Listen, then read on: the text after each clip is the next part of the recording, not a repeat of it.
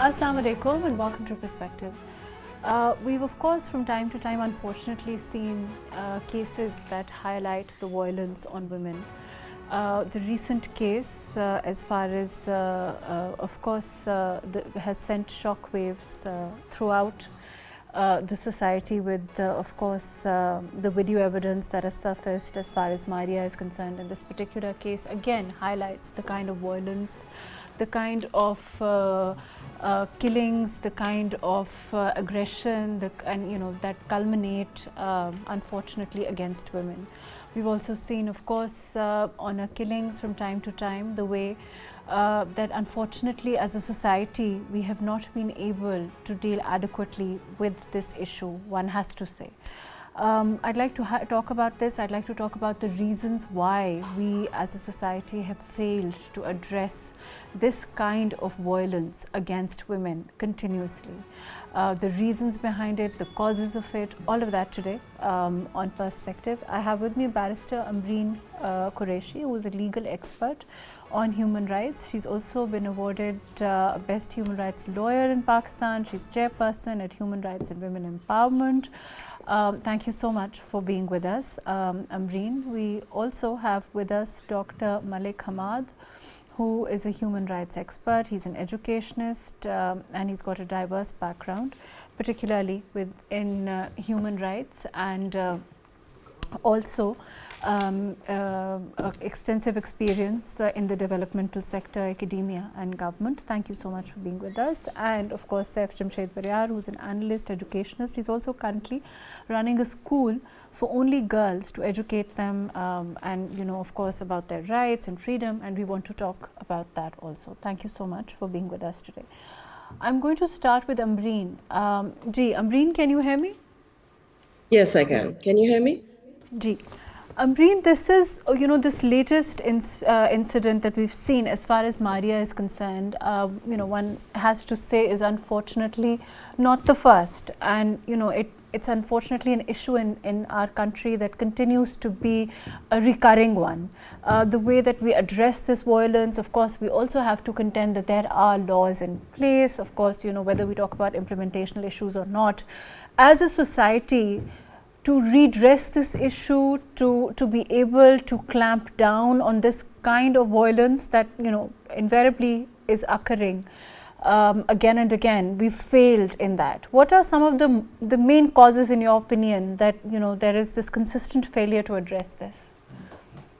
I think one of the major loopholes or one of the major causes is that we actually don't or cannot actually pinpoint what amounts to honor killing in what family or in what area. So in Pakistan, honor killing could be literally from getting married to a person of your choice to posting a picture on on social media. So with all this vast with vast amount of cases having different reasons for honor killing, so-called reasons, we are not able to kind of pinpoint how to kind of make it proper. And secondly, I think the major thing is the law, the loopholes in the law. We have been unable to make sure that the law is implemented at grassroots level, because the areas are so vast and wide. The jirgas in a gaon will not be able to understand what we want. So I think that's where I want to come back and talk particularly about what you feel and what you say are the lacunas as far as the law is concerned. Let me come back to you on that. First I'm going to go to Saif here. Saif, what Ambreen is saying is that of course that there are issues as far as loopholes in the law and how to redress them. But when she says that overall as far as a society, when we there's a failure and there are multiple issues and this failure to redress this issue, it is grassroots level. Is it about education in your opinion? Thank you, Mahrukh, for having me here. The very first reason that can be considered is rather a cultural one. Okay. And it's the idea of the endorsement of something as not a crime. The very first reason is that we need to be agreeing to the fact that honor killing, no matter what the cause, is a criminal activity.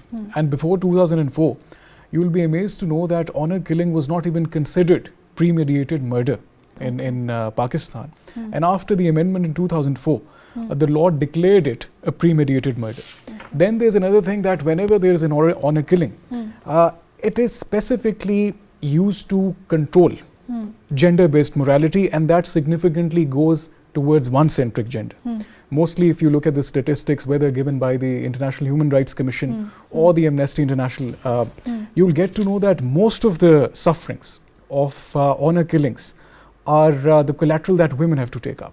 And whether it is based on marriage of choice, whether it's based on some perceived immorality. Now, the biggest problem or the biggest blunder is the cultural endorsement of the fact that there's a perceived immorality that public perceives of a particular person, and on that perception they make her land in the grave. So maybe, I think, better awareness at the grassroots, educating people at first with cultural intrinsics, that women ought to get the same cultural respect or the same cultural inclusivity of choice, whether it's the choice of education, the choice of healthcare, the choice of marriage, or the choice of divorce. In fact, this is the cultural right that women need to be given, number one. And number second, when registering a crime for honor killing, till date, even our law enforcement agencies only use the Article 302 of the Pakistan Penal Code. And that is simply an article of murder, 302. They need to be including Article 311 of the Pakistan Penal Code as well, that ultimately brings about the FIR to be lodged in the sense of an honor killing. And then we reach to the judicial stage where there are certain loopholes that need to be addressed. Let me go to Dr. Malik. Dr. Malik, I hope you've been following what Saif is saying, and before that Barrister Ambreen was saying. But overall, as far as, you know, the values that you inculcate as a society, one of the things that Saif said here is that, you know, it's not how we look at the crime, the cultural, you know, prejudices of it. Do you think that, you know, I mean, we go to the education, but as a society, redressing or, you know, rethinking, that is, I think, one of the main issues here. How we look at this crime, how it's viewed by the society at large, and why we failed to educate, you know, most of our society on the fact that it is a crime, the fact that, you know, the equality of gender, I think, is something that is far removed. This is about basic humanity. This is about, you know, basic life choices to a certain extent. Would you agree with that? Thank you so much. I could not hear the Dr. Ambreen, you know, but the last speaker, yes, I did hear him. Actually, unfortunately, in Pakistan, you know, like, we have all kinds of violence embedded in the society. There is a professor of peace studies, Johan Galton. He mentioned, you know, 3 types of violence: direct violence, structural violence, and cultural violence. Honor killing, you know, relates to all types of these violence. There is a direct violence because, of course, there is murder of one, you know, person, one innocent person, one human being without being tried to any court. There is a structural violence because, as you know, like it was already said, that the society does not take it as a murder. Rather, it comes under the umbrella of morality. Morality, social morality, it's a morality of family, you know. And then there is a cultural violence against such heinous crime, because the culture, you know, promotes it as a bravery. If someone, you know, from the male, you know, family member, or even sometimes, you know, the female elder member is also part of, you know, these kind of crimes. And besides, you know, these 3 violences exist in this society, we have on top of it patriarchy, the worst form of patriarchy. So in Pakistan, you know, the thing is that the state, which is not only, of course, like, the state has come quite well in the sense of, you know, formatting laws, amendments in the laws, and taking it as you know, state crime instead of just individuals' crime. But still, you know, another role of the state, as well as, I would say, the non-governmental organizations, the civil society, you know, to promote, to create awareness amongst the people that it does not have anything to do with the bravery. It does not anything to do with the male, kind of the honor of the family. Rather, it belongs to a human being. It belongs to the humanity, and in humanity, our religion says that killing of one innocent person is the killing of all humanity. So we do need to, promote that kind of ideas from bottom till up and from top till bottom.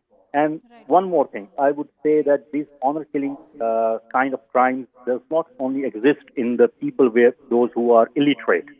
It also exists in the people who are educated or well educated.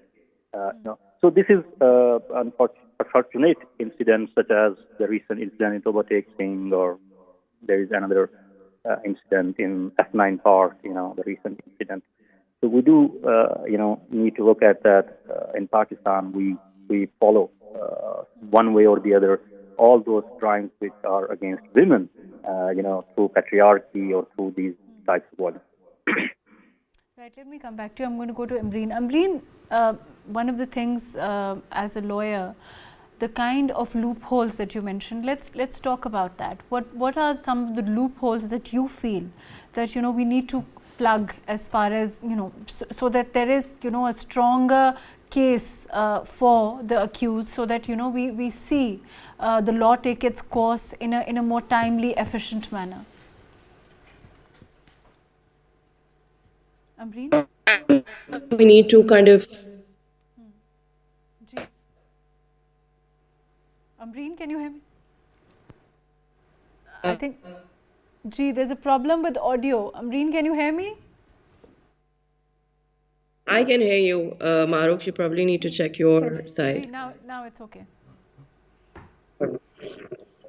Well, I think one of the things we need to do is start acting. The government has to make sure, the state has to make sure when they're actively doing something as regards to the honor killing laws. Now, what we see is that since 2016, we haven't really seen much, significant change or amendment as regards to how one is to act if the families, finally decide to let go or withdraw their complaint. And that is where the problem is. Forget about everything else, I think we need to start acknowledging, and I think we're way past that time where we start talking about that this is a male-dominated country and the women don't have the rights. Yes, we all know that. What I want to talk to you in your program is what is the solution? One, I think we need proper amendments by your government, by our government, making sure that now each time an honor killing case comes or is alleged to be an honor killing case, then we need to make sure that the state steps in. That's it. And we act accordingly. The moment the complainant is out of the picture, the state takes over, then things will be easier to handle, and then things would come to an end. However, as long as you will have a private individual as a complainant in a form of a cousin or an uncle who is trying to... Just for the sake of clarity, let me interrupt you here. Just for the sake of clarity, isn't this, I mean, of course, first and foremost, it's a crime, right? Yeah. For this kind of a crime to be given, for it to be up to an individual, like you said, to withdraw the complaint, why does it not work like a normal crime? Like, a murder, if there's a murder, you can't withdraw the complaint in that case, right? How is Yes. Okay, so why this is different, why the complainant in an honor killing different, is because normally it's 99% of the times it is someone who is related to you who files the complaint. I mean, I'm sure the public who's watching this would be at least aware of the Kandil Baloch case, you see. I mean, everybody knew that, the brother had done the crime, the act of murder in the name of using the honor killing as an excuse. But eventually what happened, what we saw was in 2018-19, I'm sorry if I've messed up the years, but after 2-3 years, the parents decided to forgive them. So this qisas and diyat, which makes it a compoundable offense, where the complainant can compromise. That needs to be, do away with.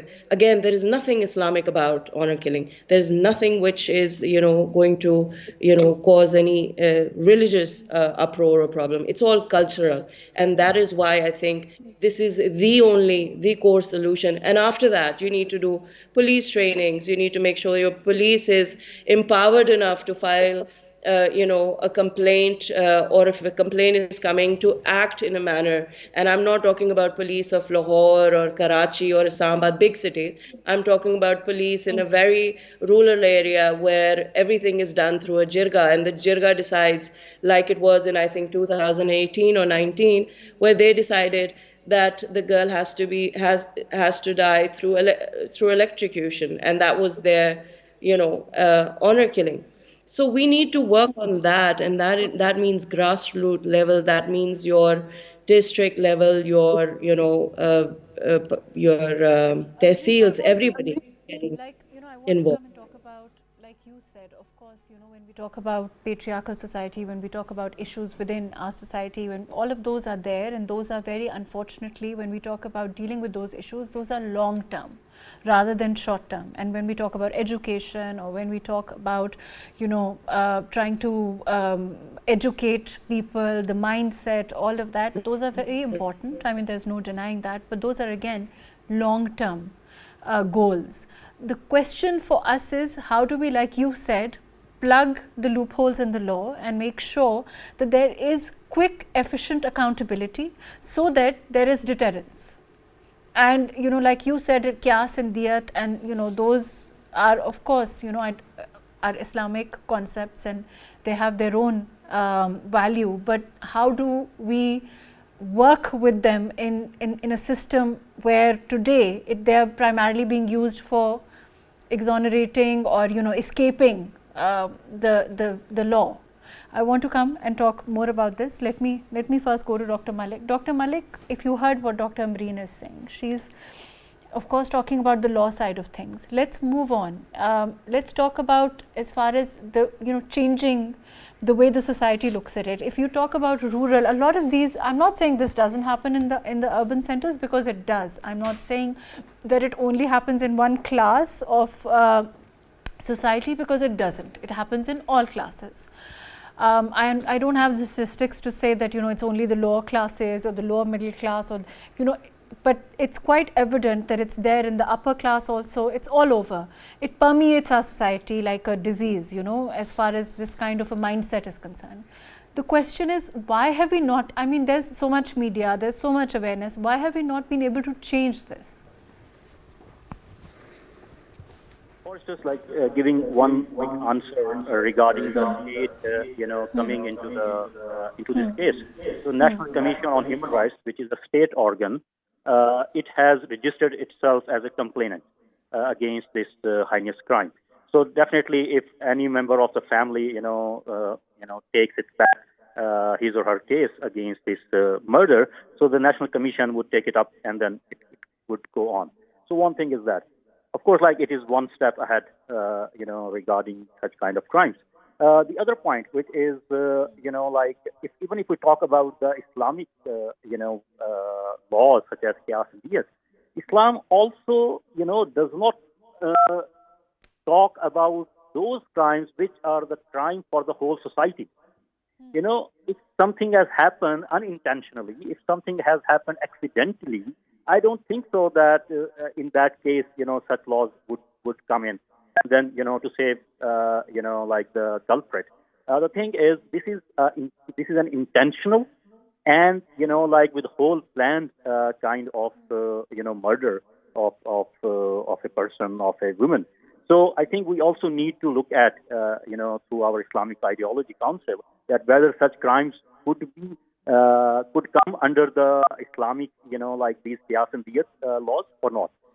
Third point is that our government, our media, our, the civil society, the thing is, until unless we do not, get rid of the thought that this is our cultural bravery doing such crimes from the society, we cannot, keep ourselves away happening such crimes in future either.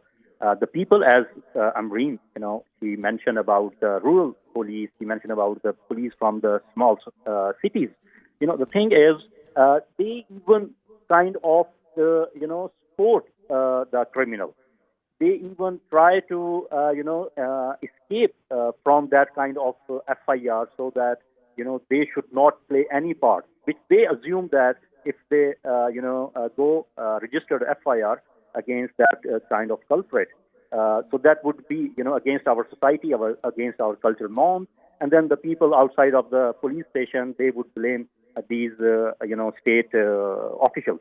So the thing is, they also need to understand that the training institutes of these, like law enforcement agencies, officials have to be equipped well and effectively, equipped well against such crimes. Right, fair enough. Right. Let me come back to you, Dr. Malik. Ji. Saif, education is your focus, and you run a school for girls. Issues there as far as this mindset is concerned, as far as dealing with, of course, you deal with the parents also, the families also. How do you think this thinking is going to permeate our society? How is it going to change, in your opinion? Mahrukh, the first thing that actually needs to change is that there's a great deal of differential in which we nurture our boys, and there's a great deal of differential in which we nurture our girls. When we are nurturing boys, we give them a lot of exemptions. They are above the family law at times as well. And when we're nurturing girls, there's a very, hard and fast or a swift way for correction of some perceived immorality. Now, the very first thing is that you need to put your daughters in schools. The greater the number of girls in schools, the longer their tendency will be to stay within schools, to go to colleges, to go to universities, and to become mainstream community members. But isn't the conflict? If the girls are going into studying and their mindset changes, they feel more empowered.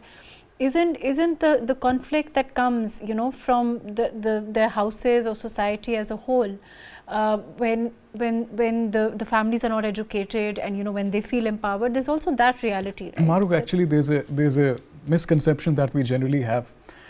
Living in 2024, as an educationalist, I do feel that trends are changing. Okay. And giving an example of my own organization, we've got parents from Balochistan, we've got parents from interior Sindh, we've got parents as far as from Chitral, who are only there for a little support that the community needs to lend. Okay. Many a times parents want to educate their daughters, and many a times parents are very cautious about a neon future for them. But it is the society's pressure that ultimately makes them withdraw those options for their girls. That's number one. And number second, a very interesting thing. Okay. Honor killing is not simply a crime against an individual by an individual. Let's consider honor killing to be a crime against humanity, the state, again, and it is by some members of the society. There's a group of people involved. Okay. And I'll give another very ironical example here, where we have a common perception that most of the honor killings in Pakistan are happening in rural districts.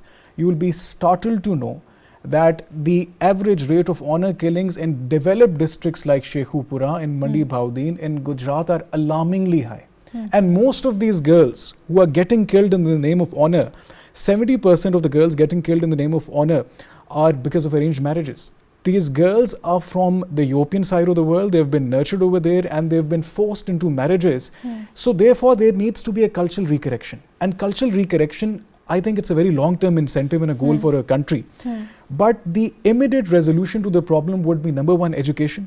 Put your daughters in school, at least give them mandatory primary and secondary education. So they also take the right decisions for themselves and they stay focused towards another cause, that is the cause of education. And number second, the last thing that I'd like to point out is that you also need to ensure that through social media influence and through our mainstream media and in particular our entertainment industry, we try to battle this. Because mostly we see very much negative trends prevailing in our private media as well and prevailing in the entertainment industry that further flare up public sentiments, because a case of honor killing in this country, unfortunately, becomes a media trial more than a court-based trial. Right. That's the biggest problem. And when you say that, it's also about, you know, all classes of society. It's also not just centric to rural but urban areas also. The thing is, these instances also include, you know, they have a global impact. I want to talk about this also. You know, this violence against women, Ambreen, I'm going to include you, also extends beyond Pakistan. We've seen, you know, it affects Pakistani families settled in other countries. There's a lot of and unfortunately, again, you know, unless there is you know, a course correction as far as the society is concerned, we're not going to change, and that's going to involve not just the media but all stakeholders. It's going to involve, you know, your law and order situation, which is going to have its deterrence effect, and then it's going to involve your media, then it's going to involve your awareness, and it has to start from the very bottom to the very top. Isn't that true?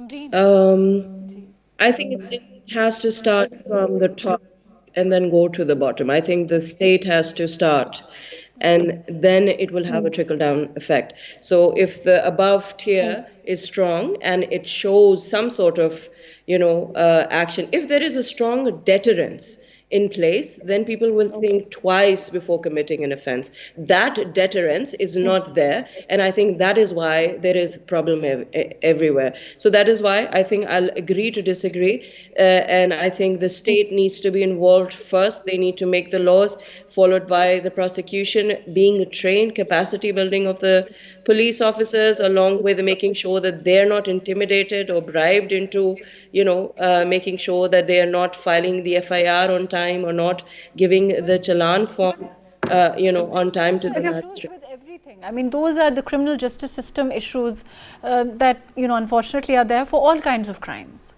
When you talk about a delay in filing of the FIR, when you talk about a delay in you know, the evidence issues, all evidentiary issues, all of those are part of the problems within our system, and that means that, you know, we need large scale reform. I mean, yes. I'm understand that how come we could make a change without actually making sure that the state is, you know, I'm sorry if I'm unable to comprehend the question properly. No, I'm saying that what you are saying, as far as particularly honor killings are concerned, as far as violence against women is concerned, the issues that you're talking about are general in the regard that, you know, these are issues within our criminal justice system. And when we talk about reform and when we talk about reforming the criminal justice system, then, you know, they apply to all kinds of crimes. That's just what I mean. I'm saying that generally it applies. And of course, once that happens, they will have a positive impact on these kind of crimes also. Absolutely. Yes. My apologies. Yes. So when we talk about that kind of reform, certainly we want to move towards it. But what is the short-term solution, or is there a short-term solution at all? I think that there will be no short-term solution unless there is proper ability of the law. If the law is applicable and it is enforced properly, and the judges make sure that everything is done properly, only and they are behind bars, and they're not, you know, sent out a year or so later just because somebody is compromised.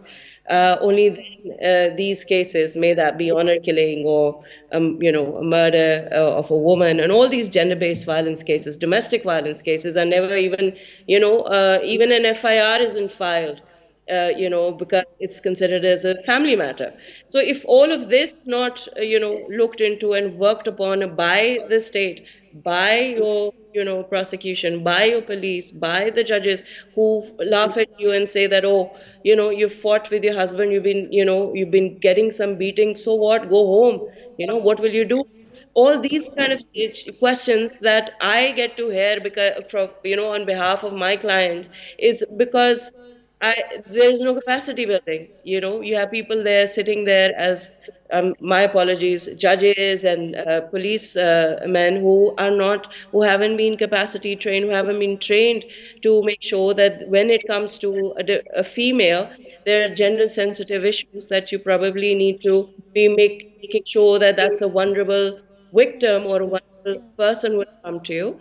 And there is a specific way to deal with this case as compared to, you know, a male coming into who's been, you know, hit or hurt by someone. So I think that is where the change will begin. And of course, I agree with Saif. What Saif is saying, social media plays an important part. What you're doing right now plays an important part. Is increasing knowledge or awareness of people to understand this offense, and making sure that it is not just the rural, community who does these kind of offense or commits these kind of offense. It is also your, educated lot.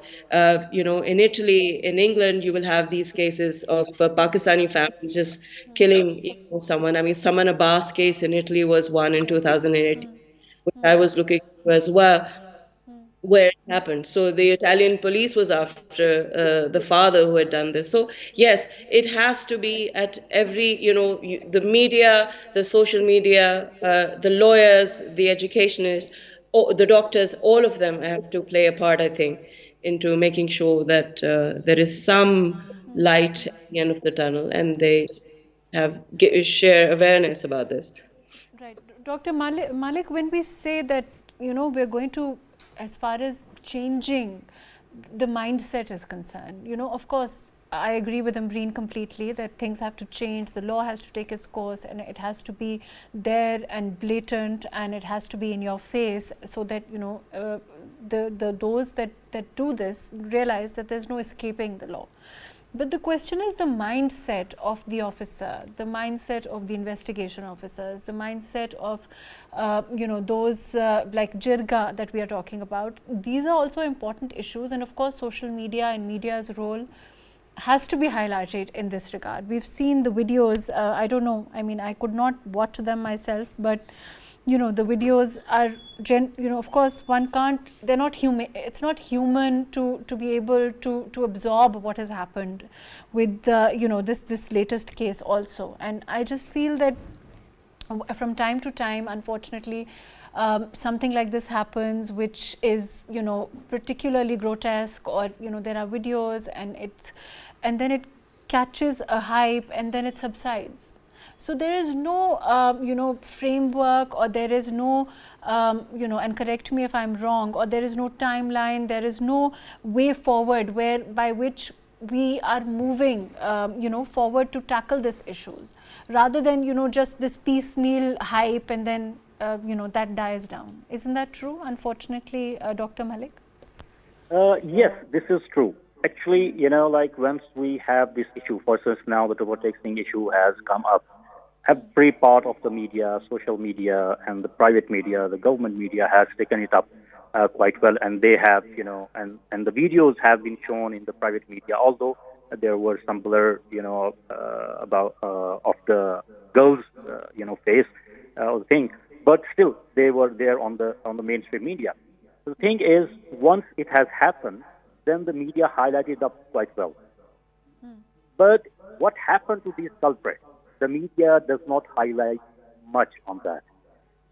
Like the other person, the other culprit, or that kind of criminal mindset, in future tries to do that, then he or she, they kind of refer to the previous case and said, what had happened to that? Nothing, like the person has eloped or escaped. So we do not know. The accountability has to be there, and it has to be shown, very publicly, so that there is deterrence. Because of course, there should be their fate has to be highlighted at the same way as the first, about that particular case.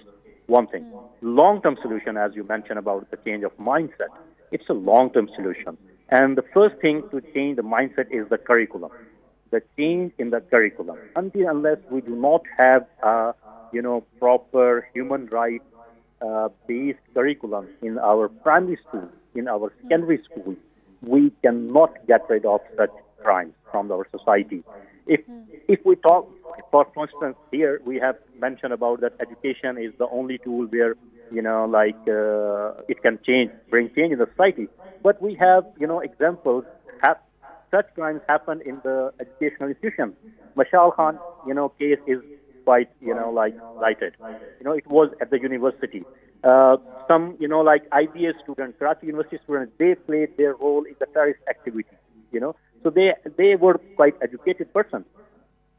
point is not about the education. It's not about to get the degrees, but to have human rights-based curriculum in our primary, secondary, and other tiers of our education.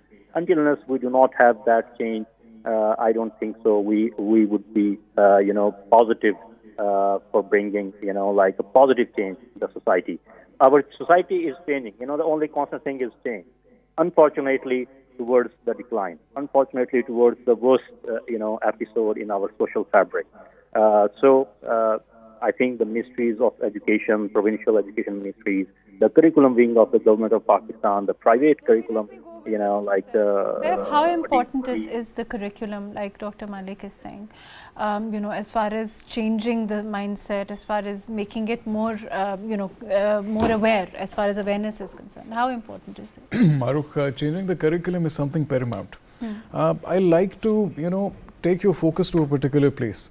When it's about educating a boy in this country, they literally sell off their lands, they'll sell off their plots, and they'll make sure the boy gets an education. And for girls, education culturally has not been considered an intrinsic. They'd rather be busy in making ornaments for her, they'd be busy in making dowry for her, and she'll be only 5 or 6 years old, and they'll be busy making matchmaking for that little kid or that little child. The very first thing is, like Singapore or like Japan, we need to be incorporating a course of citizenship at the most primary levels. No matter what happens, a child... Course of citizenship, what yeah, do you mean? A course of citizenship actually means that you need to be making children till the very early levels learn the idea of dialogue if there is conflict. And this really goes a very far way. The very first problem is that when a child sees an adult shouting, when a child sees an adult in a violent activity at home, or when a child has got incorporated fear within herself or himself of the teacher if he or she does something wrong, that is where fear starts to kick in. And where fear starts to kick in, it becomes a vicious cycle. Fear actually creates more fear, and it's a cycle that continues on and on. I'd like to simply highlight certain things that maybe can be proposed to the government as well, and to the policymakers as well. The very first thing is that if you look at the top highest level judiciary of Pakistan, the representation of women is considerably and alarmingly less. You need to be bringing in more representation to the dispensers of justice to begin with. When there will be a gender-based interest, a gender-based stake, we will be able to say that protection of women will be possible. Second, there needs to be a women protection court in every district and sessions court, at every district level, and there needs to be a women protection committee in every district, and men should rather be less members of it, and women should be more members of it. Why don't we create a rule that in every district, a police officer who's a civil servant has to be deputed at all costs at BPS 17 or 18, and she'll be a member of that committee.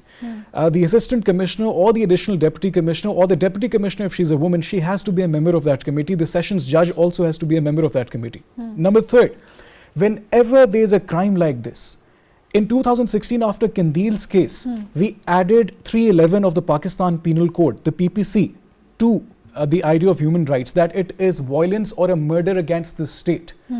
There should be a time-bound SOP for the lodging of the FIR. As soon as a crime is committed, you must be lodging in a crime report as an FIR, as the first information report within 8 hours of the commitment of crime, rather than waiting a good 24 or 48 hours to spark number 1, public argument, and to spark number 2, a social media trial, to spark number 3, mediation of parties in between. That is the quickest form of deterrence there can be. You lodge the FIR as soon as possible. The FIR will produce a legal cost on the person who has committed the crime.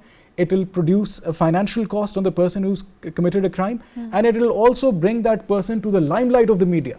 And when that person will come in, I was looking at that father, Mahrukh, and he was literally handing water to his son for murdering his own daughter. These people need to be brought to the justice system before they are gone to the media. I think people being brought into the trial of the court first and later on to the trial of the public, that's more important. That's more important, fair enough. Ambreen, your quick comments. Unfortunately, we're running out of time, but I'd like your comments overall.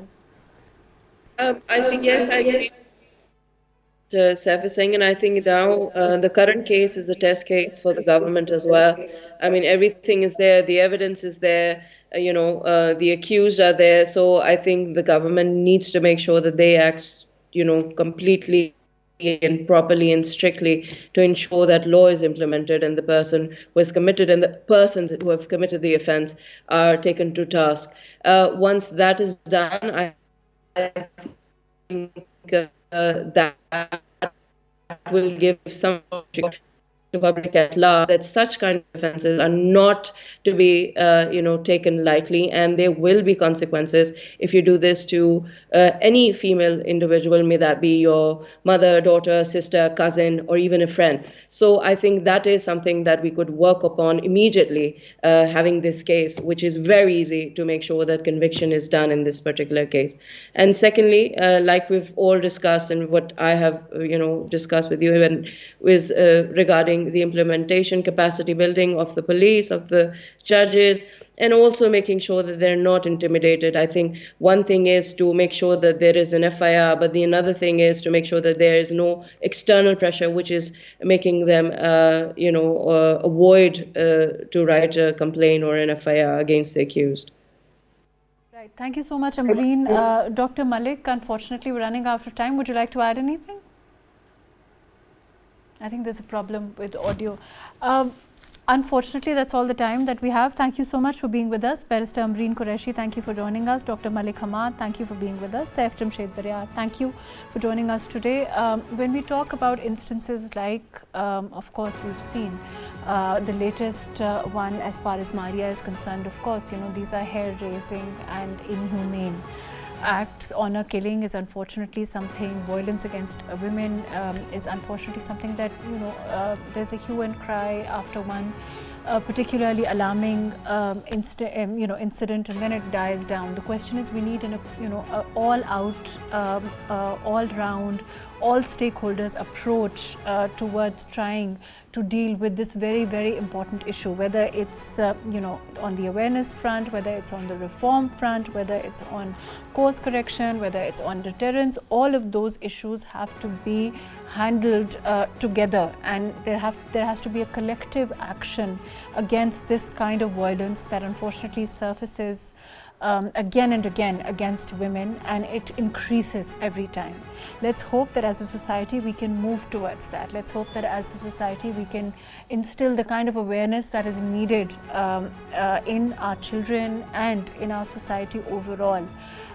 To, of course, see the way that women are seen in society, the way that they are dealt with in society, the way that we respond to criticism, the way that we respond to arguments, the way that we respond to any kind of of course, interaction, and of course, when we talk about gender violence, when we talk about equality, all of those things come into play. Thank you so much for joining us today on Perspective.